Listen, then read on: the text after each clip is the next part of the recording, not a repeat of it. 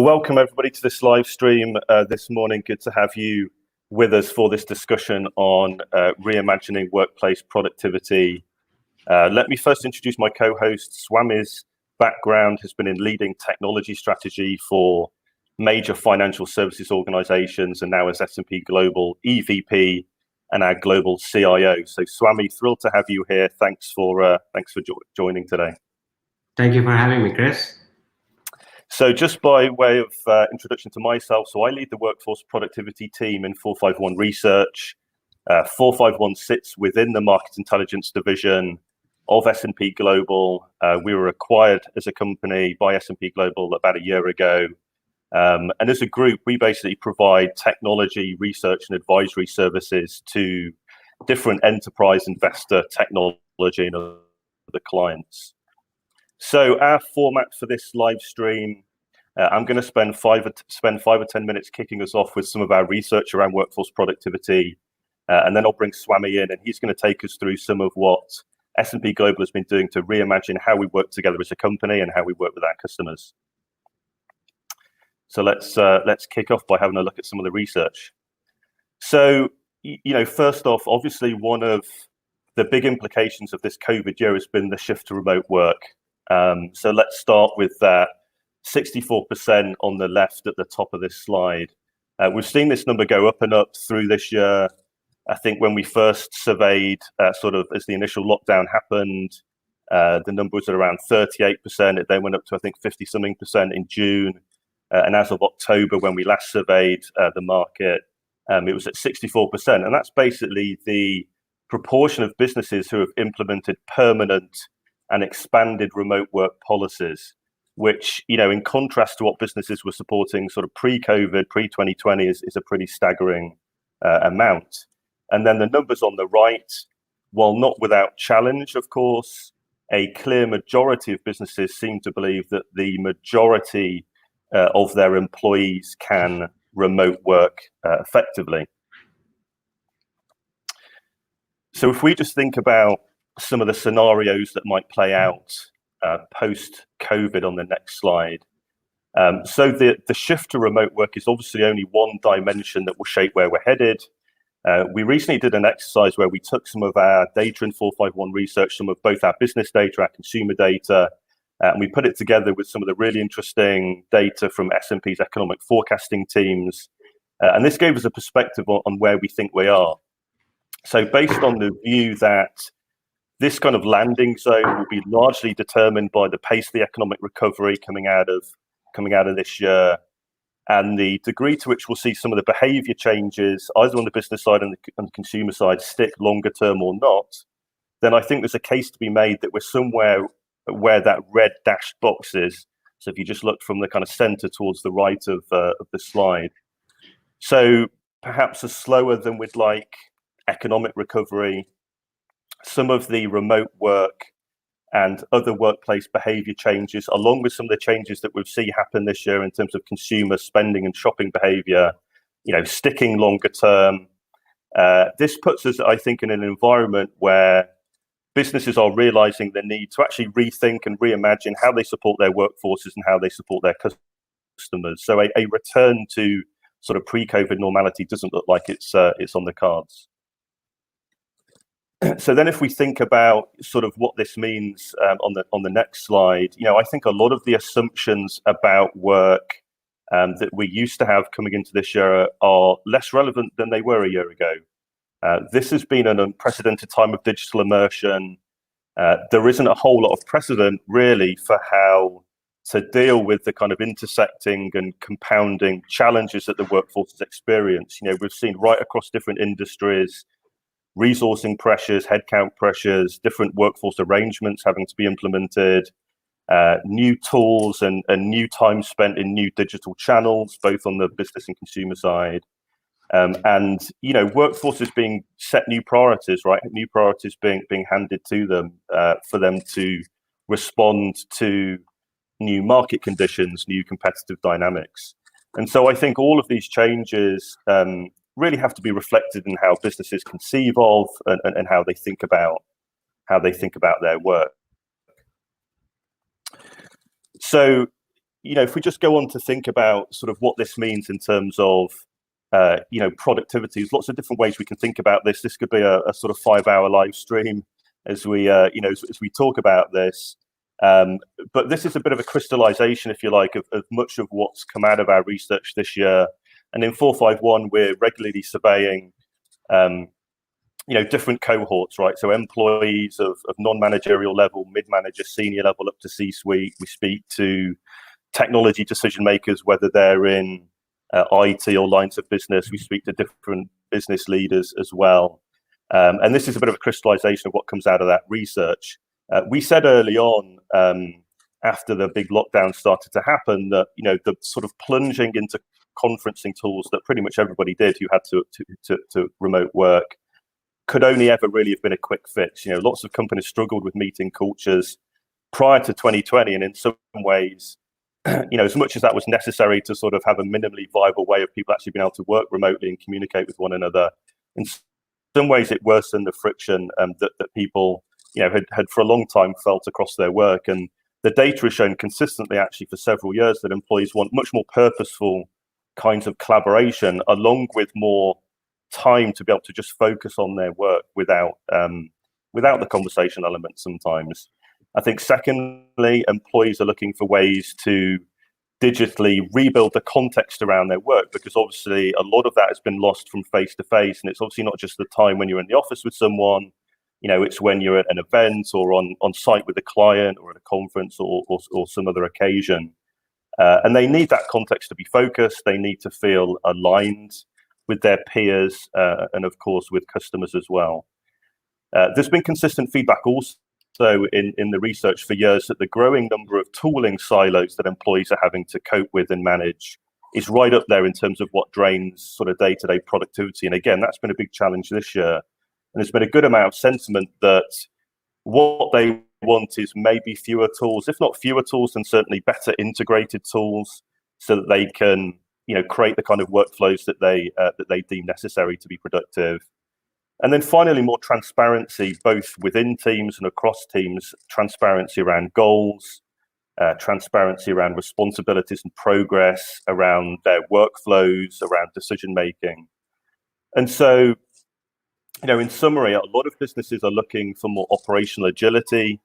I often think at the heart really of most transformation initiatives, whether it's customer or employee focused, is the desire ultimately for some kind of more operational agility.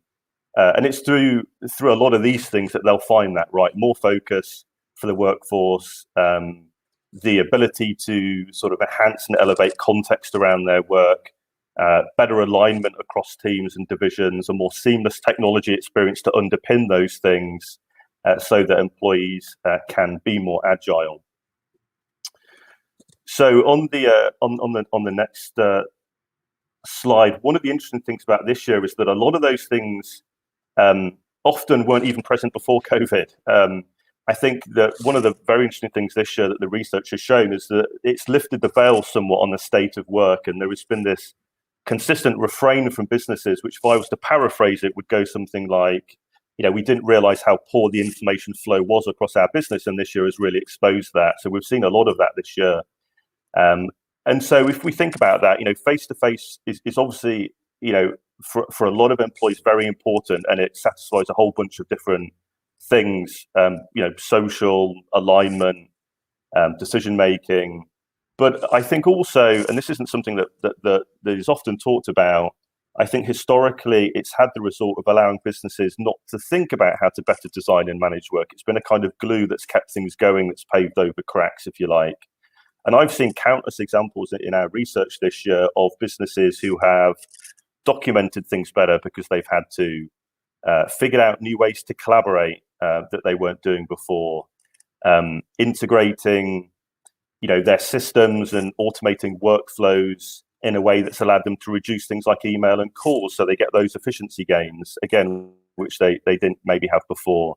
We've seen examples of where businesses, as they've looked for new collaborative practices to support remote, maybe that's the principal driver initially, they've ended up realizing that they can digitize cross-functional processes where they maybe were more manual before. So lots of examples. And often, interestingly, where the initial stimulus is we need to respond to the remote work shift, but they end up with wider and sort of more significant benefits. And again, all of which theoretically could have been done in prior years. So there's a huge opportunity, I think, here for businesses to not just respond to this year, but to reflect on how they've designed their work more generally, what their culture is around that, so that they can truly rethink and reimagine work and come out of this year stronger than they went in. So just a few concluding thoughts on the last couple of slides before we open up the discussion. The good news is that some of these challenges are being realized. This data shows, if you look at the top bar, 71% of technology decision makers understand that they need to rethink their longer-term workforce technology strategy as a result of everything that's happened this year. It also shows on the bottom, 44% of businesses see improving their workforce experience as a transformational priority. And actually, the last time we did this survey and got that statistic, it was the most mentioned priority in the context of everything else that's on IT's plate. So, it's become a more significant transformation priority, actually a couple of years coming into 2020.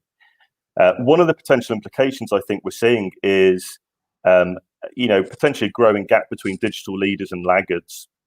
In fact, one of our other studies that we did recently showed, I think it was around 80% of digitally driven firms said that they are either accelerating their transformation initiatives this year or were at least keeping them on the same timeline, compared to just 30% of digitally delayed firms. So less than half of those firms who are less mature in their digital transformation journey, either cancelling their transformation initiatives or changing the timeline on which they're going to be executed. And we also see, when it comes to specific projects like automating different business processes, digitizing the customer journey, that digitally delayed firms are between 2 and 4 times less likely to even have those projects in place. And so, one of the consequences could be that there's a growing divide between those that were further along the journey and those that were sort of more delayed. And so you want to make sure you're on the right side of that and investing in the right way in your workforce transformation strategies. And then just finally, before I bring Swamy in, just going a bit deeper on that in terms of the kinds of capabilities within workforce tools that businesses are looking at as more important going forward. So just on the next slide, a lot of it is around what we call edge empowerment, right? So giving more employees easier abilities to create workflows across their tools, to bridge some of those silos, to build new flexible project designs, to collaborate more effectively, both sort of inside and outside their organization. So again, huge opportunity, I think, to empower the workforce, to drive workforce innovation towards the edge, to catalyze both engagement and productivity and new outcomes for the business. So hopefully that was some sort of useful food for thought, looking at some of our research and data. Swamy, let me open up our discussion by just getting your reflection on some of that. Do you see this shift to remote work sticking longer term, or do you think we'll revert to pre-COVID normal? And what's the sort of context for S&P in that? And do you also see this opportunity for businesses just to kind of pause, rethink how work is done across their organization, and actually come out of this year better than maybe when they went into it? Yeah, absolutely, Chris. You're a productivity expert. This is something that we are very much excited about. But before I answer your question, first today, let me thank the scientific community and the first responders for the great breakthrough today on getting the vaccine and vaccine distributed. As much as we know about COVID, even with the vaccines and the first deployment and first vaccination, there's still a lot of unknowns. Some of the questions that you raised, are we ever going to come back to normal? I think the situation is very, very fluid for enterprises and companies, like some of the statistics showed. Its situation is very fluid for the employees. And this is where the opportunity for the technology and the leadership, I think you talked about some of the friction and the perspective. The questions for the technology leadership is around, how can you provide flexibility without really introducing new complexity? How do you really keep it simplified without introducing new friction? How do you keep it integrated without having a productivity drain. I think those are the opportunities. Nobody was thinking about these problems a year ago. So that the reason why I think it's a big opportunities for technologists, it's innovation. It is a big challenge, and how can we really bring technology to the forefront of the business? So what you're presenting is very much in line with what we're seeing as well. And hopefully in the next 10-20 minutes, we'll talk about what we're doing specifically in S&P Global with respect to some of these things. Yeah, that's great. We'll have a chance to dig into everything Project Reimagine, which we'll talk about in a moment. But maybe just stepping back a bit, I mean, I think pretty much every business leader has been thrown a curveball this year, and maybe because of the shift to remote work and everything that's flown from that, maybe none more so than those leading on the technology front. So I'm curious, what's your own personal experience been like this year as S&P Global CIO? Right. As a technologist, I've always been practicing social distancing for a while. So coming into how do you digitize that social distancing, and how do you really digitize the culture? When I talk about digitization, we're thinking about business model digitization, even the business process digitization. But I would have never thought, if you'd have asked me a year ago, that me as a CIO have to be involved in digitizing empathy. And how do you really digitize nurturing human relationships that are already existing? And how do you really build these apprenticeship models among the existing and new employees? And that the technology has to be in the forefront. I would have said, what planet are you from? But now the personal experience is that I have to step out of my comfort zone in thinking about how do you really digitize these human relationships and experiences. Yeah, really interesting point. And again, if we go back one year, 2 years, that certainly wasn't on most people's mind, I don't think. So let's dig in a little bit to sort of what S&P Global is thinking about. We have this very interesting initiative that was launched called Project Reimagine. Could you just maybe say a little bit about what that is, where it came from, and what it aims to do? Right.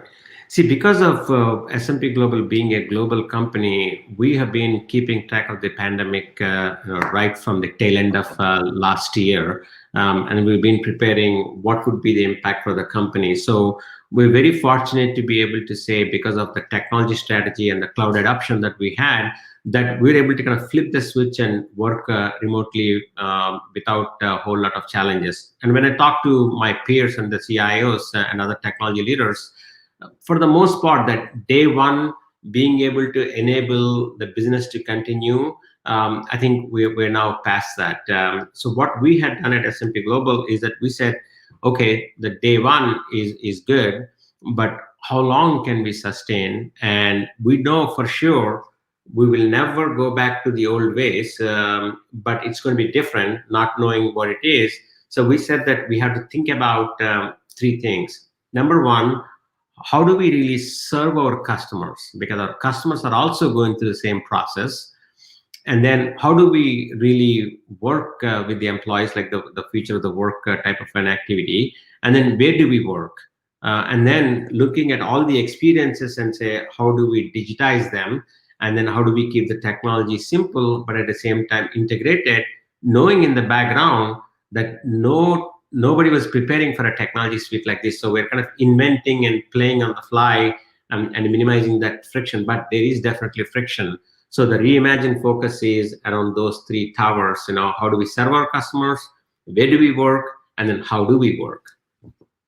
Yeah, super interesting. So, I mean, you alluded to it a little bit there in terms of, how we support our customers. I mean, aside from accommodating the kind of new normal of remote or hybrid, and I think it's probably a hybrid model that a lot of enterprises are going to land with. Are there any specific business outcomes that we're expecting from sort of reimagining the future of work? Yeah, absolutely. In fact, we just came off all the commercial leaders where they shared some of their experiences. So I'll give you a couple of things that happened that are good as a result of COVID. If I can say so. Number one, our ability to serve our customers has increased, because if you look at our commercial teams and relationship management teams, they don't have to travel to meet a couple of customers in a day. Now they can actually serve and be in touch with many, many customers. That's number one. And number two, when we are presenting our products, typically the product experts, you can only take one or two people when you go to an exec meeting presenting to the customer side. Now we could have multiple product people come in and join. So there are a lot of good things that have happened, and even the customer bonding, because they're also experiencing this and we are experiencing the customer bonding has also been better than what it has been, because that empathy factor comes in. There are some cultural things that we have to worry about.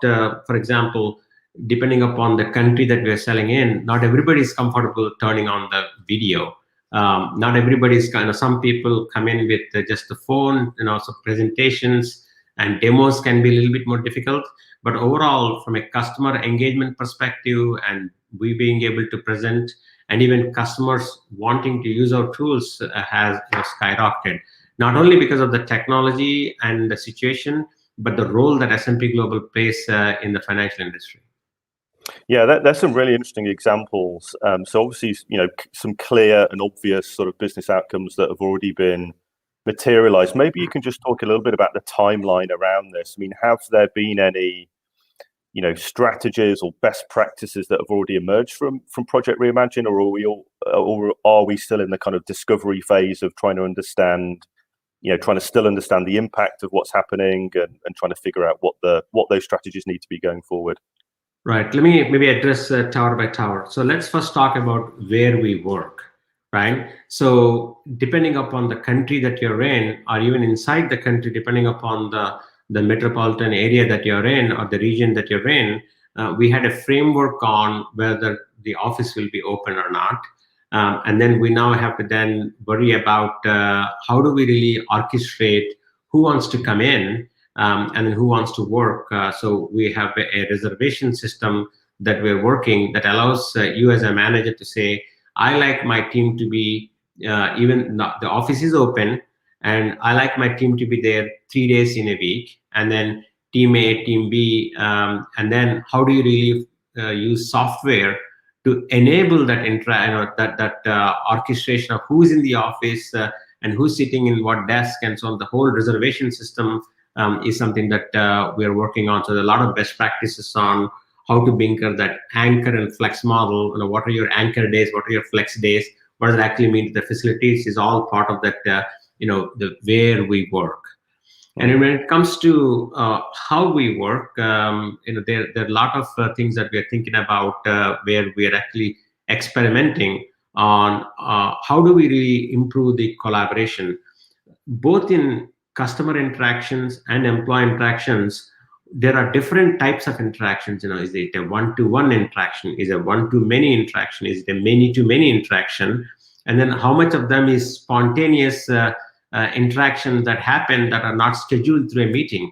And then we have, what is the technology that best facilitate that interaction?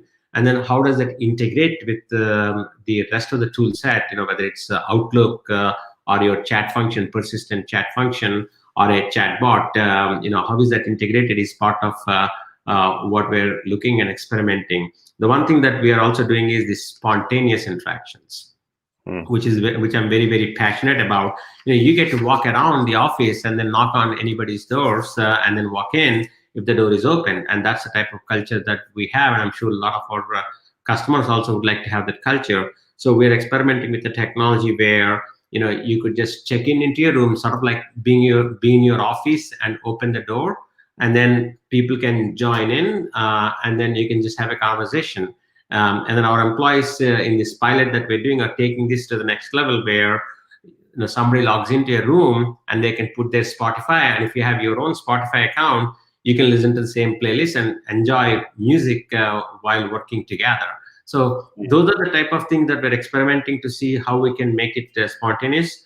And also from a customer perspective, how do we make this meeting, now everything is meeting, many meetings, how do we make that experience of reserving a meeting a bit more seamless? And then how do we make managing the events with the customers a bit more easier, so that we now have a lot more event volume as well. So those are the type of things that are going beyond best practices. Some technologies are rolled out and some technologies we are experimenting. But the friction that I talked about is what you mentioned in your research as well. Our employees now have to serve their customers, but also understand these new technologies and new behaviors, and they're keeping the pressure on, can you keep it simple? And then we're trying, hey, can you try this? But then also, can you keep it simple? But with that friction is innovation comes in, hopefully. Yeah, super interesting. I think the spontaneous sort of collaboration bit is so important. I mean, it comes through, super clear in the research, just how much people do miss face-to-face. They may not now want to go back to the amount of face-to-face they were doing before in office, but they certainly do miss it. So anything that can be done to kind of replicate that experience as much as possible from a virtual environment, I think is gonna go down very well.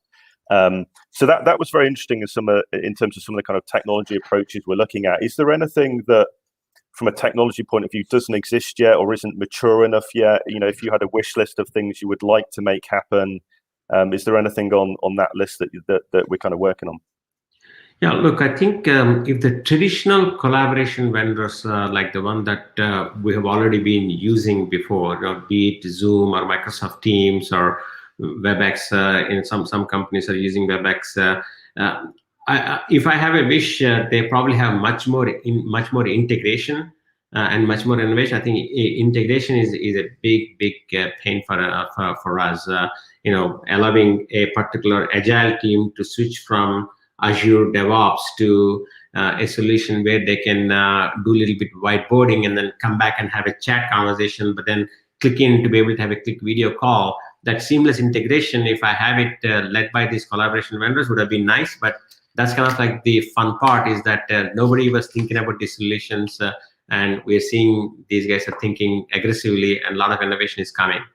Yeah, it's nice to have some stretch goals, I guess. And it's as an analyst of productivity collaboration software, it's been a super interesting time because we've already seen a lot of companies begin to look at what the opportunity is further down the line and begin to think about how they address some of these new dynamics. So maybe if we just sort of bounce back out a little bit. So S&P Global is known for having a reputation as a high-tech company that prioritizes culture, that provides that kind of high-touch customer and employee experience that you've talked about. As you look forward as the global CIO into next year and beyond, how do you maintain those things? How do you balance those things while continuing to respond to what's happened this year and potentially continuing to having to respond to other disruptions that might result as the fallout of this year? Right. How do you balance all of those things? Right.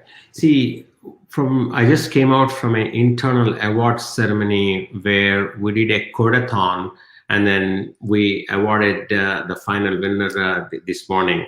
So from a innovation perspective, as long as I have the technology tools, being ready for disruption, I think I would say we probably are better in this new normal than before. First of all, employees have more time and are willing to develop and play new ways to do. So the hackathons and being able to share ideas, exchange ideas, we are actually heading probably better than where we were before. You can attribute some to the cultural evolution and some because of the COVID. But the technology enablement is also work in progress. How do you really collect the ideas, and then how do you filter the ideas? So we're just deploying a platform that piloted this month that allows us to innovate and file the ideas, and then other people can fix the ideas and have a quick agile team and deliver the solution. How do you then, when you are delivering the solution as for agile teams, when they're doing sprint planning, they're used to kind of doing Kanban boards and having design thinking sessions. So we had to think about how do we really provide a new collaboration technology that allows you to have this whiteboard free-form technology, which we are playing and piloting, that is being received very well as well. So constantly, with that every experience matters type of a thinking, we are now have to say, okay, how can we digitize that experience? How can we make it seamless? And of course, the last and the most important thing, and how do we keep the well-being and not bring the pressures and make the work a bit more asynchronous. Earlier, when you come to the office, the work is very much synchronous.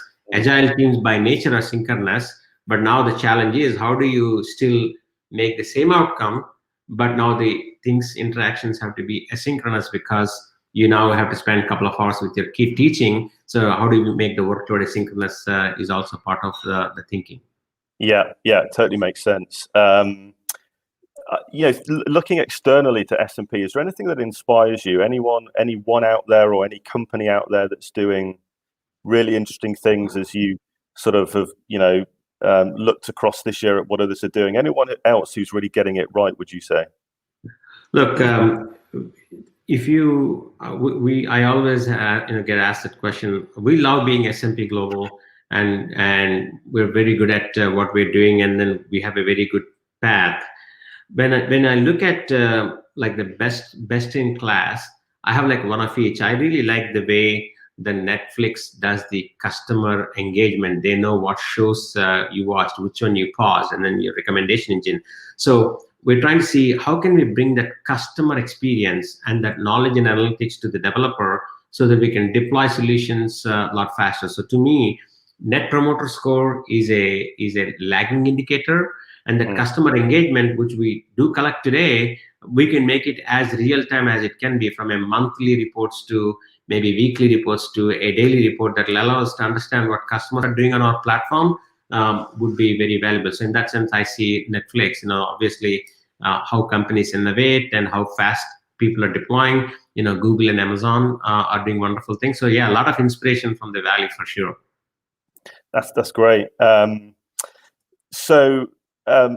Let's just sort of think about maybe what we've done well as a company this year and what we need to work on. What sort of, if you think about the list of things that you really want to prioritize, we're standing at the end of the year, almost on the brink of the new year.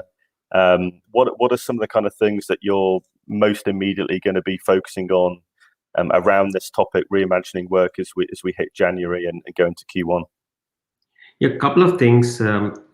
Our project Reimagine and the reimagining work is really a partnership from technology, finance, and real estate, and more importantly, our people organization. And the ones that we did very, very well is putting the safety and the well-being of our employees first. And to a point where I can say we industrialized it, and of course we continue to do it, but we're very comfortable with the work that was done there. I think the areas that we still have to evolve is how do we make these things sustainable, but more importantly, the whole meeting culture, right? The amount of time that people have to spend on meetings. How do we really reduce that so that we have more free time for the employees? Because the meetings have gone up. We look at the statistics and say like that 30-40% the meetings have gone up. So how do we really give us more free time for the employees is the opportunity. That's great. So let's, as we sort of bring this to a conclusion, let's just look at the Q&A panel. So we have a question, where does workforce transformation rank in S&P's overall transformation priorities? So obviously, I guess the assumption there that there's an awful lot of things that are on your plate. So where does workforce transformation rank amongst those different priorities? Look, as S&P Global, with the technology budgets that we have and the technology talent that we have, we can have multiple priorities that are number one, and there's also interdependencies on it. So workforce transformation and employee experience is definitely number one. Now, how does it to enable that employee experience? They got to do many things. The first thing that we love about what we've been doing in the companies under the branding of Essential Tech, how do we train our employees? Because does the supply of the talent come first, or does the demand of the talent come first? So we realize that supply of the talent comes first, and then we said let's provide skill set transformation opportunities as part of the workforce transformation. And second thing is technology, and access to the technology should be easier, and that's enabled by our cloud first experience. So Now, we moved away to a point where 84% of our applications run in the cloud. Getting an instance on the cloud is a lot easier than getting a machine in the data center. So we adopted cloud. As a result, the skill set transformation augmented by ease of infrastructure, ease of application is there. And then the third one that we're focusing on, yes, you have an innovative idea, you have the technology, but then how do you deploy that to our customers very, very fast? And that's aligned with our vision to value initiative, where how can we deliver the value to our customer a lot faster is where we are focusing on. Yeah, I mean, Swamy, you mentioned essential tech there. That was actually another question that's popped up in the console. So how does S&P think about skills and supporting the workforce in developing their tech skills? Can you just say a little bit more about essential tech? Right. It's a really interesting program. It's something that as an S&P employee, I've taken advantage of. So it'd be useful to hear a bit more about it. Absolutely. See, every company has some sort of a learning portal. Some call it as S&P Global University, or your company name followed by university or learning exchange. And we have that one too, a massive list of catalog of classes that you can take and some third-party providers. We have that, and employees take it, we love it. What we realized is there are 6 key trends that we need to make sure that all of our employees needs to be aware of. And then we said that we took a different approach where every 2 months we take that one module and launch it, whether it is data science, artificial intelligence, cloud, DevOps, cyber, or robotic process automation. All of these 6 areas we said that we need to focus on and train our employees. So whether you're a commercial leader or whether you're in finance, you had to take that course, and that elevated the employees' knowledge and the know-how and how those technologies are helping our customers and how the technologies will enable S&P Global internally and serving our customers. And then behind that, we also put a lot of this depth where if you want to know more about cloud, we have like a subway roadmap type style where here are the 4 classes that you can take to be a certified cloud administrator. Here are the 3 classes that you can take to be a certified agile developer or agile practitioner. So those things have elevated the employees' know-how immensely, and we get a lot of recognition for the program. And now we're combining that essential tech with innovation with a marketplace where ideas can be posted, ideas can be consumed. And if you ask me, 3-4 months from now, I'll tell you how that portal and that marketplace is going, innovation marketplace. Yeah, that's great. I mean, it's a really great program. I think one of the things that impresses me about it is just how broad it is, right? You can dip in, you can access, quick courses, more substantial ones. There's some really interesting learning journeys where, multiple lessons are sort of aggregated so you can build your skills over time. So it's a super interesting program. Well, Swamy, I think we're at the end of our time. Thank you so much for attending this morning, sharing some of your thoughts on your experience this year on Project Imagine. That was some really interesting detail. And what the company is thinking about in terms of how it can support both employees and customers. Thanks also to everyone else who dialed in. Really appreciate you being with us this morning and giving us some of your time. If you want to view anything more about the some of the research we've shown on the call today, then please click on the link in the chat where that will take you through to some more of that research. And Swamy, thanks a lot for attending today. Chris, thank you for having me. For those of you who are all in the technology business, this is a great time to be in technology, and good luck and stay safe. Thanks, everyone.